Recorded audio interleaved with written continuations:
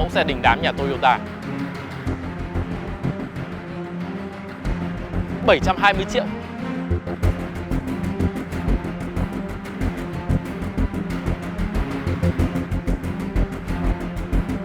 Toyota Cross phiên bản 1.8G. Toyota Cross phiên bản 1.8G chính là một cái tên tiêu biểu cho trường phái giá trị cốt lõi của Toyota. Tức là các bạn bỏ giá 720 triệu mua chiếc xe này vì khung gầm, vì động cơ, vì không gian của nó, chứ không phải vì những thứ gắn ngoài như bộ đèn LED đẹp mắt hay là những công nghệ an toàn tiên tiến đang dần trở nên phổ biến ở trong phân khúc. Nói về mặt giá trị cốt lõi thì Corolla Cross phiên bản G chính là phiên bản 1.8V. Và bởi thế thì ở video lần này chúng ta sẽ tập trung vào những điểm mà các bạn sẽ phải chấp nhận khi đến với phiên bản rẻ nhất của mẫu xe đình đám nhà Toyota.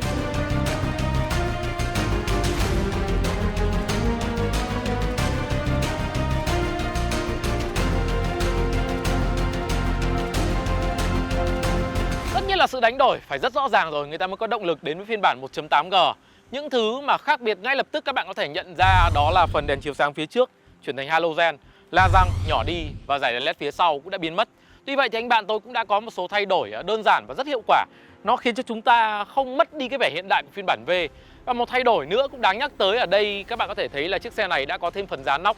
Nó tạo ra một cái mức độ cứng cáp tốt hơn rất nhiều. Tất nhiên là ở tầm tiền này, tầm tiền của Hyundai Kona và Kia Seltos phiên bản cao cấp nhất, các bạn được nhiều hơn là mất.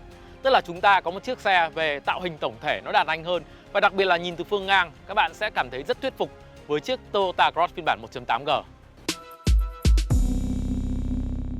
Ở bên trong các bạn sẽ cảm thấy thiếu vắng một số thứ mà tôi cho rằng không quá quan trọng. Tự hạ gương khi lùi, cửa sổ trời, màn hình bé đi một chút và điều hòa tự động bây giờ chỉ là một vùng. Tuy nhiên, đây cũng là phần màn hình mà anh bạn tôi đã độ rồi. Còn về không khí tổng thể ở trên chiếc Toyota Corolla Cross phiên bản G, tôi nói rằng nó là 8 đến 8,5 điểm nếu các bạn đặt trong tham chiếu của truyền thống Toyota. Và nó sẽ là mức gọi là trung bình khá khi các bạn đặt vào tham chiếu của thế giới xe hơi hiện đại ngoài kia. Các bạn có nhiều những cái khu vực mà tôi đánh giá rằng nó mang lại cái cảm giác tương đối là cao cấp và đẹp mắt. Nhưng ngược lại thì cũng có một số chỗ nhìn nó khá là nhựa, nó hơi đơn giản. Về mặt không gian, tương tự với bản V thôi, các bạn vẫn có một hàng một ngồi rất thoáng đãng, kính lái rất xa, một cảm giác cực kỳ là dễ chịu. Nhưng hàng 2 thì hơi buồn một chút.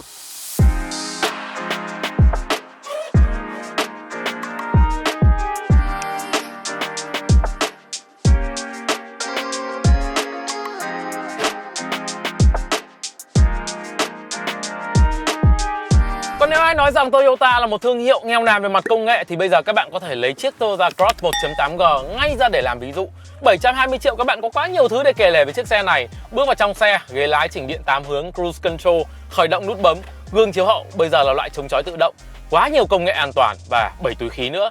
Còn nếu các bạn hỏi tôi về chuyện là Toyota Safety Sense có thực sự là hữu dụng không thì tôi nói rằng nó nâng tầm trải nghiệm xe hơi của các bạn. Tuy nhiên nếu bạn không thực sự là một người hay sử dụng xe trên đường cao tốc thì lựa chọn 720 triệu với chiếc Toyota Cross G sẽ là lựa chọn đáng quan tâm hơn. Với chiếc Toyota Cross phiên bản 1.8G thì các bạn có những cái giá trị cốt lõi mà tương tự như bản V, tức là kích thước, khung gầm, động cơ, hộp số, mọi thứ nó đều giống hệt. Và đây là điểm vô cùng đáng tiền.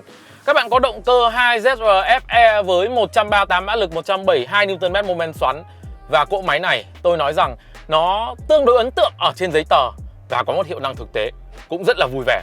Cụ thể thì các bạn chạy ở giải tốc từ 60 đổ xuống, chiếc xe này nó luôn luôn mang tới một cái sự hứng khởi, một sức bật rất căng và hiếm khi bị delay so với ý muốn của người lái. Ngoài ra khi các bạn chạy cao tốc với giải vận tốc cao, chúng ta sẽ vẫn có những cái cú tăng tốc rất có lực.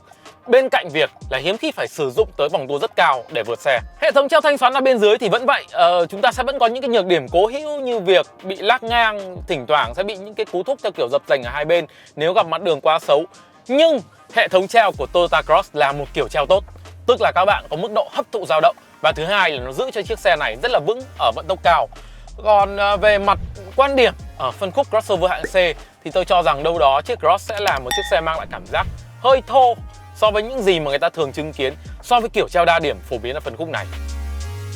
Nói về sự chắc chắn của chiếc Toyota Cross thì chắc chắn là phải đề cập tới cả phần vô lăng nữa. Bây giờ nó không chỉ đẹp mắt hơn đâu mà nó còn mang lại cái cảm giác vượt trội so với chính truyền thống của nhà Toyota trước đây. Các bạn có một kiểu vô lăng mà nó mang tới sự chắc chắn, mượt mà. Và tôi nói rằng nó là một kiểu cảm giác lái hay so với truyền thống của Toyota. Về phần điểm trừ, rõ ràng là chiếc Toyota Cross, một mẫu xe nhập khẩu nhưng có khả năng cách âm không tốt, kết hợp với một không gian hàng hai, tôi cho rằng nó không thoải mái và tương đối bí. Toyota Cross sẽ khó đóng vai trò một chiếc xe gia đình thực sự là đa dụng.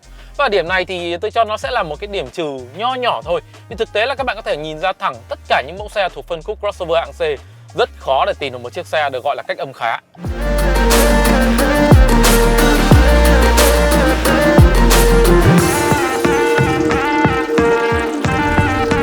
Toyota Corolla Cross phiên bản 1.8G với tôi là một chiếc xe vô cùng thực dụng. Tức là các bạn không có một mức độ thời thượng quá cao, nhưng nói về bài toán tổng thể giá trị so với giá tiền 720 triệu thì nó quá tốt. Và đây cũng không phải là vì một mẫu xe mà tôi mượn của một anh bạn mà tôi dành cho nó những lời lẽ có cánh. Thực tế thì mẫu xe này còn nhiều điểm chưa tốt. Nói ví dụ như là phần không gian ở hàng hai, các bạn sẽ không thể tìm thấy một không gian thoáng đãng như chiếc Kia Seltos được. Nếu các bạn luôn luôn tìm kiếm một video gì đó nói về một chiếc xe hơn hoàn toàn so với phân khúc hoặc là tuyệt vời nhất trong tầm tiền, thì xem những video của chúng tôi chắc chắn là phí thời gian. Còn nếu các bạn thực sự muốn mua xe hơi với một tư duy văn minh và chấp nhận sự đánh đổi, thì đây chính là địa chỉ mà các bạn cần tìm tới. Cảm ơn các bạn đã dành thời gian xem video flash review với chiếc Toyota Corolla Cross phiên bản 1.8G của GearUp. Hẹn gặp lại các bạn ở một video tiếp theo, và nút đăng ký thì vẫn ở phía bên dưới và màu đỏ.